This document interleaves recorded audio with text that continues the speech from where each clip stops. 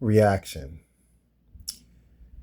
I hate to say it, but there's a huge difference between two political parties. But this is how the left, who are the Democratic Party, react when they want to push their agenda or make a major statement or try to manipulate people to believe that their way is the better way. And here's how they react. The US are at flashpoint tonight, protesters looting and attacking police, some even torching a city over the death of an unarmed man during his arrest. At least one person has been shot dead in the widespread mayhem as angry crowds demand the officers involved are charged. Looted and burning.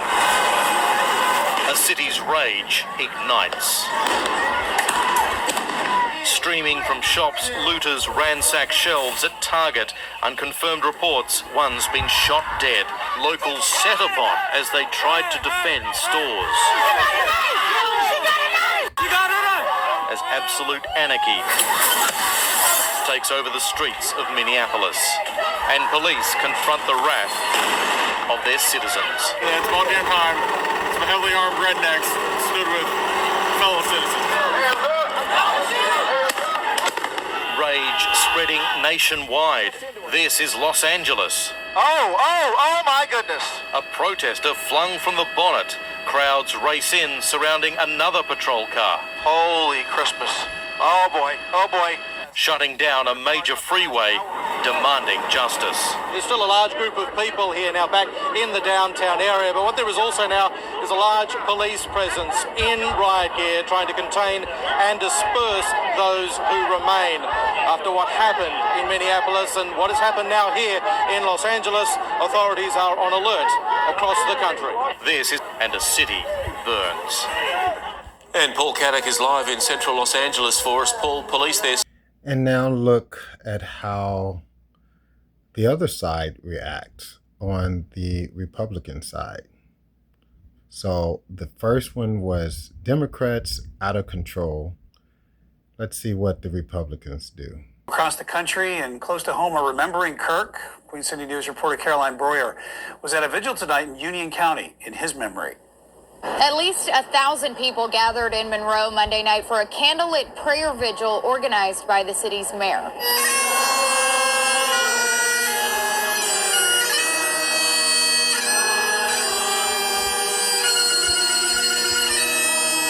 One thing that we're not going to allow anything to happen is for evil to snuff out such a voice of positivity. Monroe Mayor Robert Burns tells me he wants to honor Charlie Kirk's legacy. He was shot and killed last week while speaking at a Utah college campus.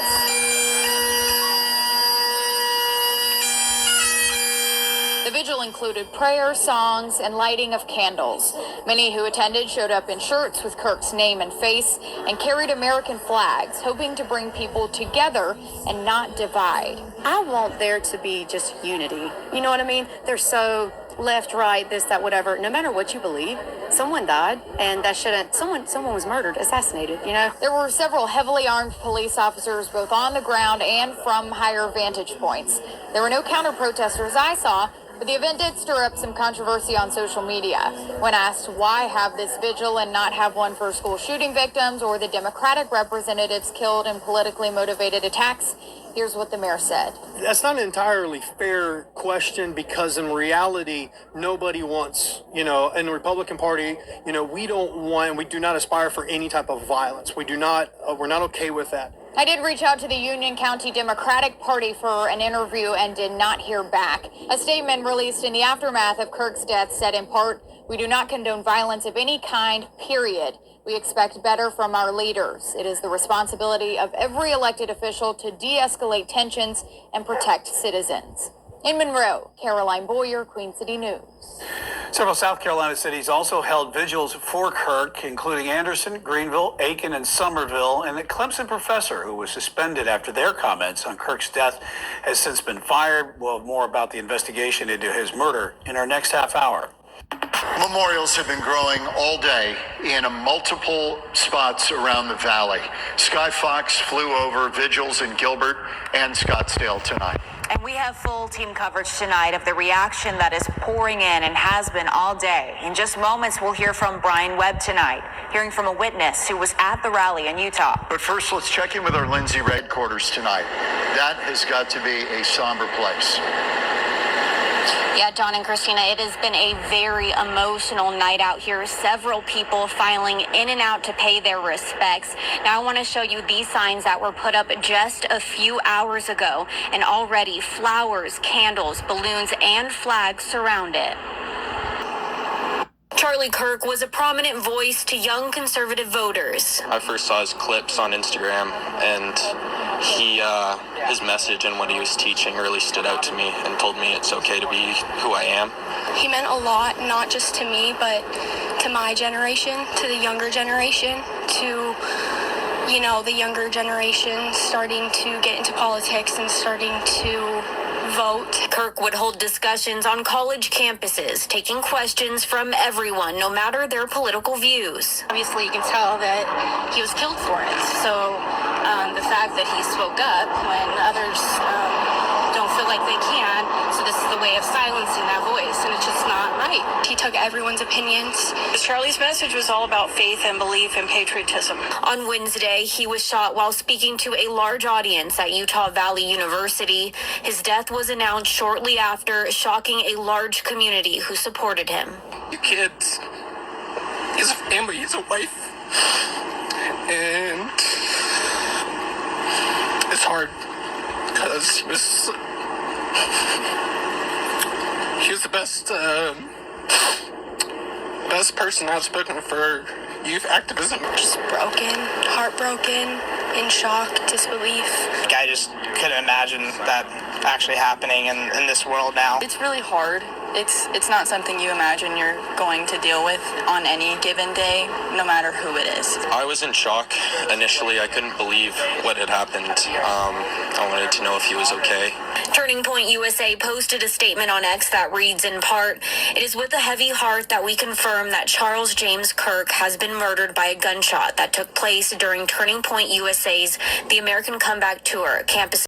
Listen, people, there couldn't be a more vast difference between the two parties, where one side is very violent, evil-minded, just constantly stirring up trouble, lying, deceiving people, manipulating people, constantly for rioting in the streets to burn up buildings and to destroy cars, burn cars, or break into cars, or dent doors, flip cars over, burn buildings, businesses, burn houses, hurt people, to even kill other people, stealing, going into grocery stores or businesses and just stealing whatever they can take and then burning them down or whatever they can do. Very destructive, wicked, evil.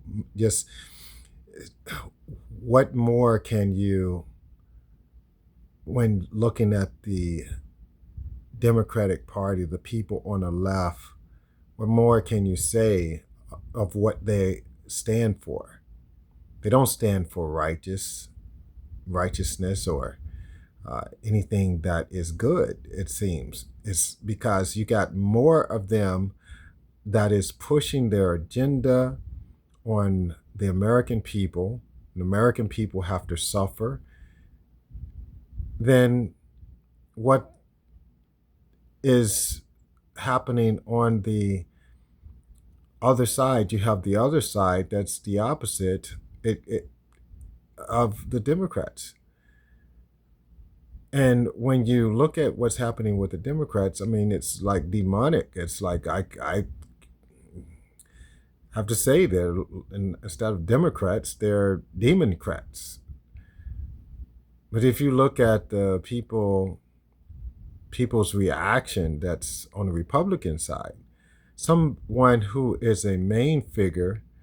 Now, keep in mind, the one that they were really rioting over, it was a criminal, someone who had a history of criminal, just things that he did that to stir up trouble, drugs and everything else. But people went to riot over that. Someone who was not productive.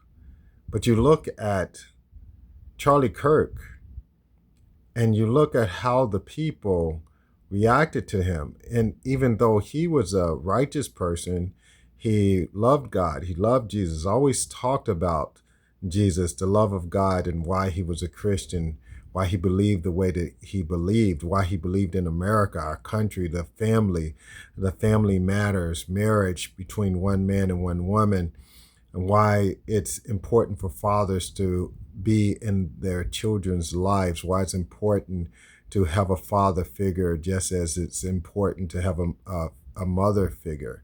They both have roles to play in a family.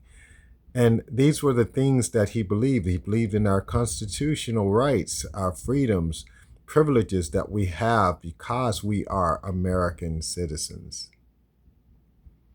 But when you look at his death, this major figure, a figure that was well known even around the world, and you see that the reaction of the people on the Republican side was nothing more than a peaceful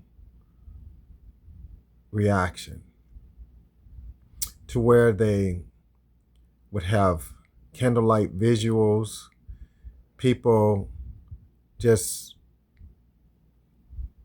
protesting peacefully, not violent, putting things out to show their love for this man of God. And people, as a reaction to his death on the Democratic side, laughed, rejoiced that he was murdered, rejoiced on their workplace, their jobs, and wherever they were. Why would anyone rejoice over the death of someone who loved our country, over the death of someone who loved God, wasn't ashamed to talk about God? This is evil. This is wicked. So you have to decide, whose side are you going to be on? Is it going to be for righteousness or wickedness? Is it going to be for good or evil? That's the bottom line. Are you going to stand on the Lord's side, the King of Kings and Lord of Lords, the ruler over all creation, the creator of us all? Or are you going to stand on Satan's side? Couldn't be a more bigger decision, a vast difference. And this is a decision that you have to make. God bless you. May the Lord keep you, shine his face upon you, and give you peace in Jesus Christ's holy and mighty name.